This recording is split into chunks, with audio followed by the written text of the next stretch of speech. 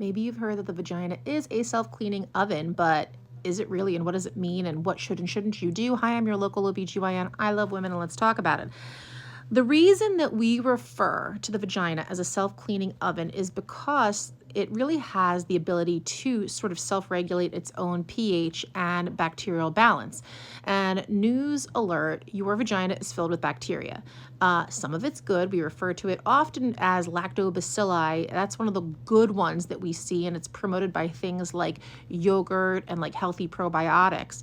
And then there's always yeast and BV variants inside of your girl parts. So if it's always there, are you always carrying on with vaginitis, or is it just kind of like something we've learned to tolerate as women? So the deal is that all of this has to be in certain amounts. You want the good bacteria to outweigh the bad bacteria, and then the bad bacteria is in such low numbers that you don't really get symptoms, and that's really where the sweet spot is.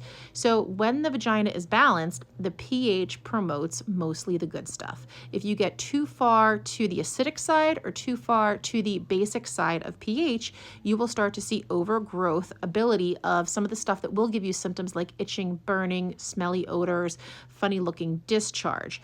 So what can you do in the shower? Well, don't use anything with a perfume. Don't use anything with a color dye to it. You want to stick with really like the bare basics of soap. My preference is that you just kind of wash the outside tissue and leave the inside alone, because for the most part, your mucus discharge is going to sort of self-regulate. But if you've had things like recent antibiotics or recent dietary changes or stressors, you may need something to promote that better pH zone to be in, or you may want to add in something to moisturize the area and promote that balance. And that could be either a very gentle douche with like half apple cider vinegar, half water, every once in a while, not regularly, or adding estrogen in if you are estrogen deficient to kind of hit that happy pH balance.